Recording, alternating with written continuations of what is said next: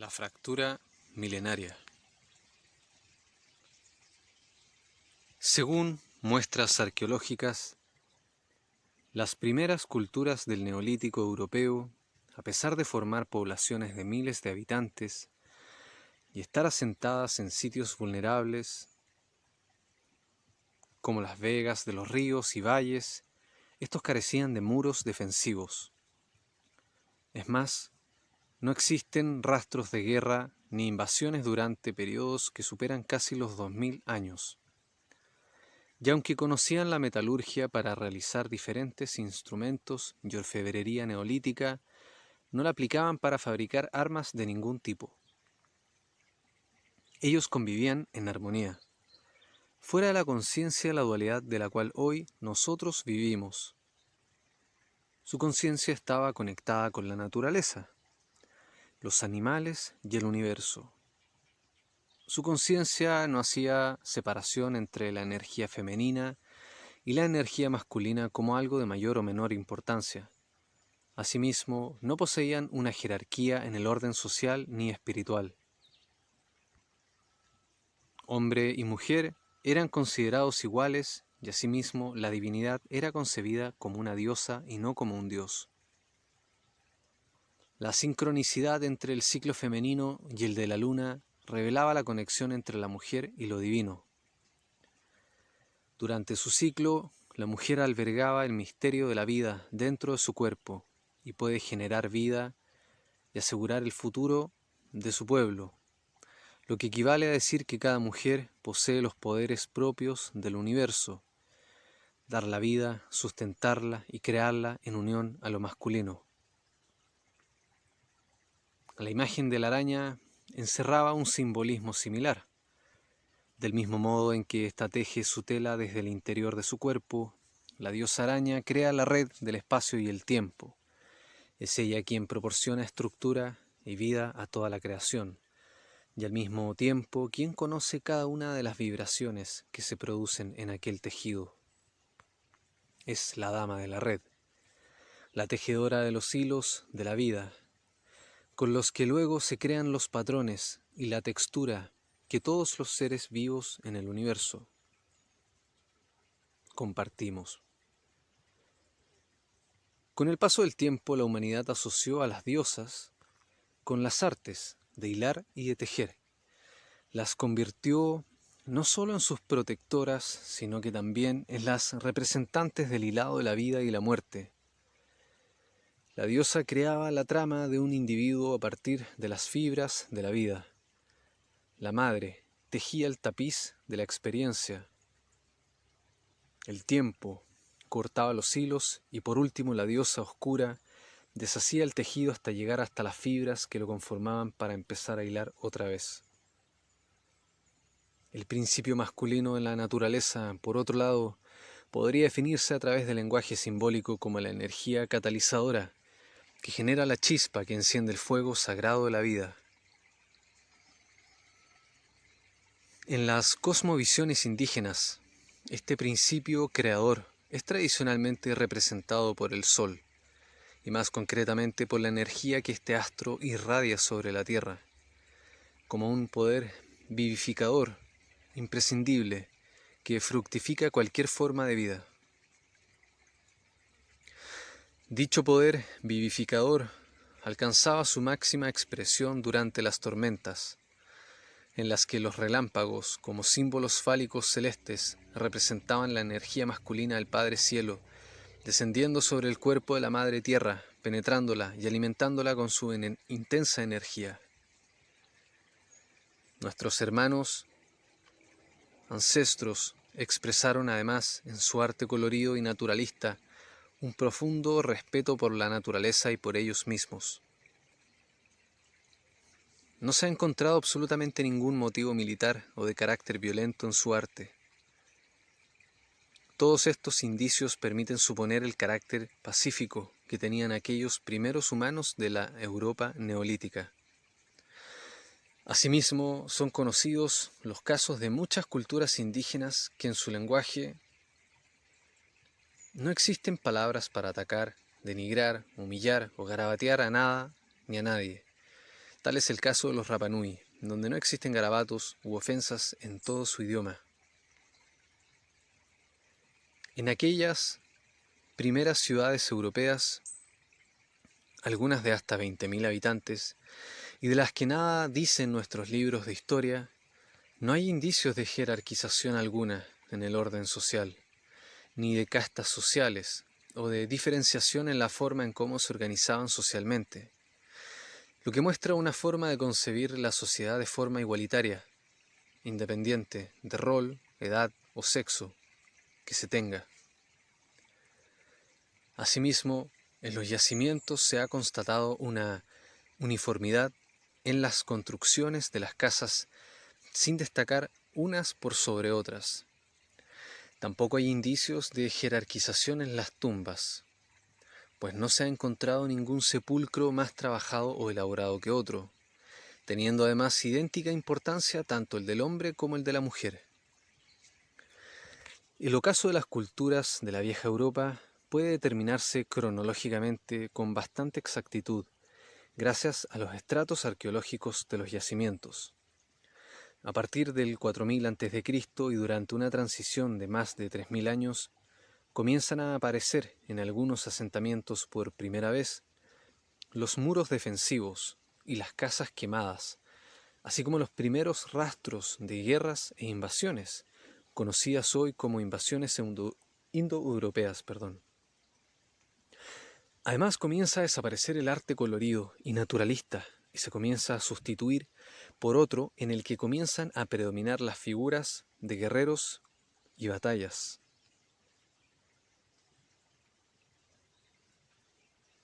Los recién llegados indoeuropeos, en vez de ser agricultores sedentarios, como lo eran los originarios europeos, eran pastores seminómades, que vivían en pequeños poblados por temporadas. Estaban organizados por un sistema de jefatura patriarcal jerárquico, totalmente diferente a lo que en la zona existía, y adoraban a dioses guerreros masculinos. Con la llegada de las invasiones indoeuropeas, el hacha, la espada y el rayo comenzaron a constituir los nuevos símbolos de poder divino único. Domesticaron al caballo y aprendieron la metalurgia del bronce, aplicando por primera vez en la historia europea los metales y los animales para la guerra. Luego de 40.000 años de convivencia pacífica, la cultura hasta entonces europea pasa a transformarse en una cultura violenta, puramente masculino y de orden social jerárquico y militarizado. De ese modo, la cultura indoeuropea naciente comienza a crear nuevas explicaciones míticas para justificar la destrucción del viejo mundo armónico sobre el que se imponían. Al igual como sucedió con la conquista española en América, los nuevos recién llegados desde el nido del Indo comienzan a neutralizar y falsear los mitos duales originales, los cuales tenían una cosmovisión del orden natural y del universo de carácter tanto masculino como femenino, adjudicando de esta forma un nuevo papel predominante a lo exclusivamente masculino, todos llegados desde el Indo. Así, la diosa madre naturaleza, que albergaba en su seno a todos los seres vivos, fue paulatinamente sustituida por dioses padre, que gobernaban con mano de hierro desde un lugar más allá de su creación, los cuales comienzan a legitimar el uso de la guerra, amparándola y justificándola con sus directrices divinas.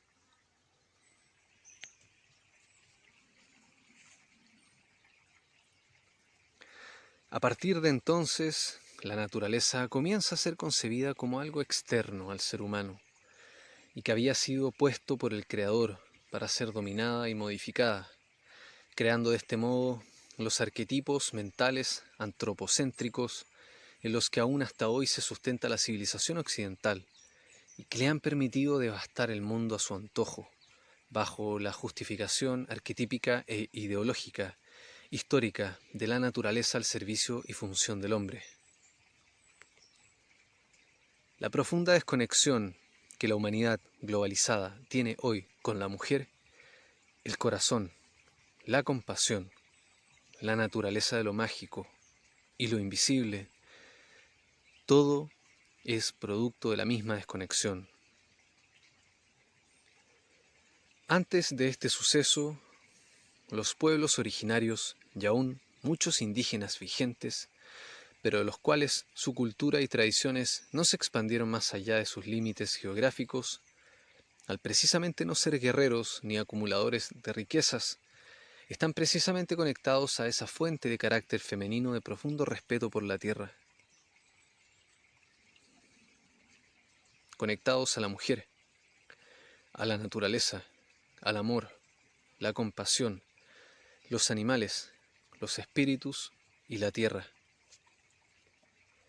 Viven en constante vínculo con su interior, el mundo de los espíritus, de los elementos, de los sueños, de las emociones, los sentimientos y la compasión propia de una mujer íntegra y despierta. Ellos comprenden el lenguaje de los animales y el de la naturaleza, el cual no es otro que el de nuestra propia conciencia.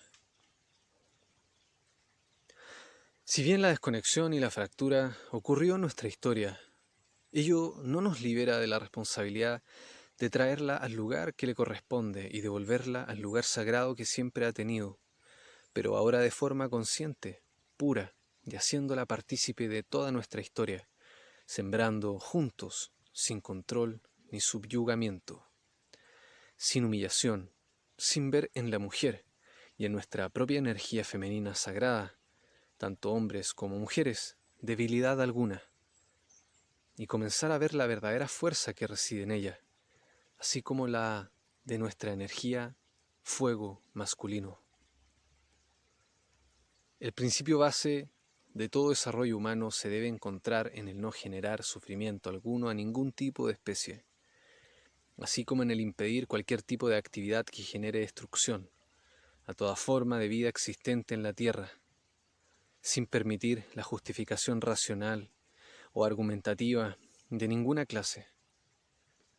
Todo puede ser argumentado en beneficio de un punto de vista en particular, y si bien el derecho de expresión es una cuestión inalienable y representa la puerta principal de la libertad, lo es también el derecho a existir en armonía y en donde simplemente no pueda ser tolerado, bajo ninguna clase de argumento, su justificación, si de paso genera un impacto dañino hacia la naturaleza en su totalidad. Descartar a los pueblos indígenas es negar e ignorar nuestra raíz espiritual como especie. Es negar nuestro núcleo de conexión con la tierra. La revelación central de todos los pueblos indígenas y civilizaciones del mundo antiguo, así como los principios de casi todas las religiones en esencia, es siempre el mismo, y es: somos uno. Las culturas originales, y que cientos de ellas aún existen de forma nativa y pura, son la clave para la sanación de nuestra forma de sentir, pensar y habitar en el mundo. Es una utopía seguir alimentando el sistema racionalista y de consumo actual. Es necesaria una transformación interna y volver a conectarnos a la frecuencia de sincronismo armónico natural con el universo, la tierra, animales, insectos, hierbas, plantas, arbustos y árboles, ancestros, espíritus de toda índole, el agua, el viento, el fuego, las estrellas y nosotros mismos. La tierra no pertenece, nunca ha pertenecido y nunca pertenecerá a nadie. Nosotros somos los que pertenecemos a ella, y darnos cuenta de ello es un gran paso en el viaje del recuerdo que debemos realizar antes de volver a casa. A la Tierra no le tomará unos cuantos miles de años el volver a intentar en ella un nuevo desarrollo de conciencia, solo que para esa vez ya no seremos nosotros, sino que será para otra gran tribu global, quizás ni siquiera llamada humanidad, en la que esa especie logra desarrollarse de forma armónica en vibración con la vida, y no en la vibración de la destrucción y el odio. cómo se mide, desde un punto de vista económico, una práctica ritual ancestral y milenaria que tenga como resultado la protección de un río o un bosque? ¿Qué valor tienen las diversas historias y creencias acerca del cosmos, los mundos espirituales, del significado y práctica de una determinada cultura? El llamado desarrollo no es desarrollo. El llamado crecimiento no es crecimiento. El llamado avance no es avance. Algunos evangelistas económicos hicieron lo suyo en su momento. Tal fue el caso de Adam Smith, John Locke. Y hoy vemos la cultura actual inconscientemente con total naturalidad referirse a la naturaleza con palabras tales por producto, materias primas, propiedad, recursos, etc., reemplazando nombres y formas de llamar a la naturaleza por palabras de puro significado económico, a escala global y totalmente naturalizado. El lenguaje económico y científico abarca y moldea la concepción actual del mundo, haciendo que su visión del mundo y lo que persigue se legitime a través del poder del uso de la palabra. Lo que se precisa es respeto. Se necesita respeto a todas las culturas y creencias de la tierra, a las elecciones propias de cada pueblo, sobre sí mismos. Se necesita oír a nuestros hermanos indígenas. Se necesita mirar su cielo, mirar el tiempo con sus ojos. El mundo necesita oír el llanto de la tierra y dejar de taparse los oídos y los ojos ante los horrores que esta mal llamada cultura está realizando sobre la tierra, nuestra propia gran madre Gaia. Los extraños, los nuevos, los que están aprendiendo somos nosotros, los Napé, como nos llaman los Yanomami, los Wincas, como nos llaman los Mapuches, los Conti, como nos dicen los Rapa Nui.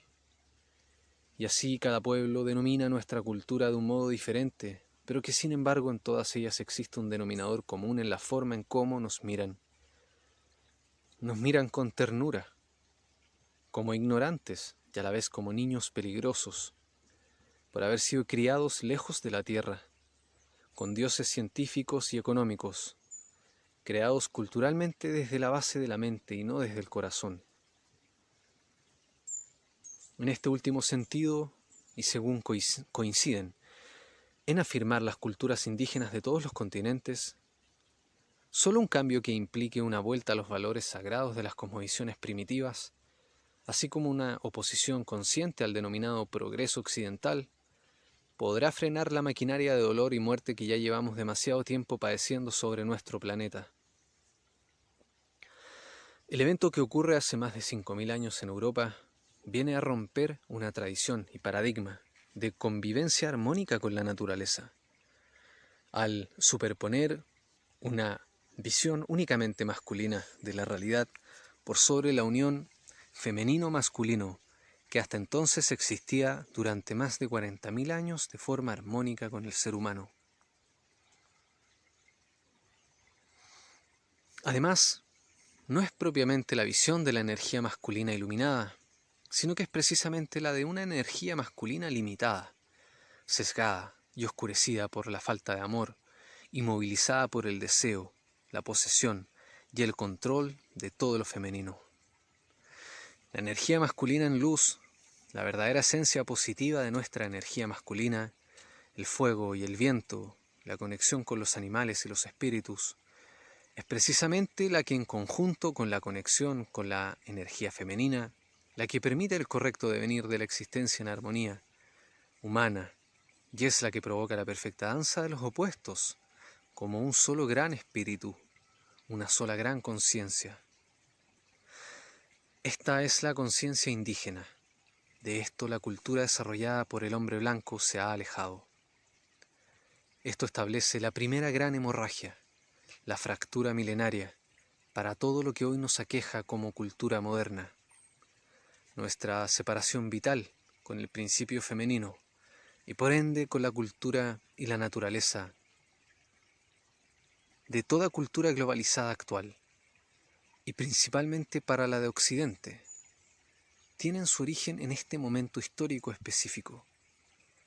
Es importante entender su importancia, compartir este conocimiento, difundirlo e internalizar sus implicancias para ir sanando nuestras raíces en el árbol de nuestro inconsciente colectivo ancestral.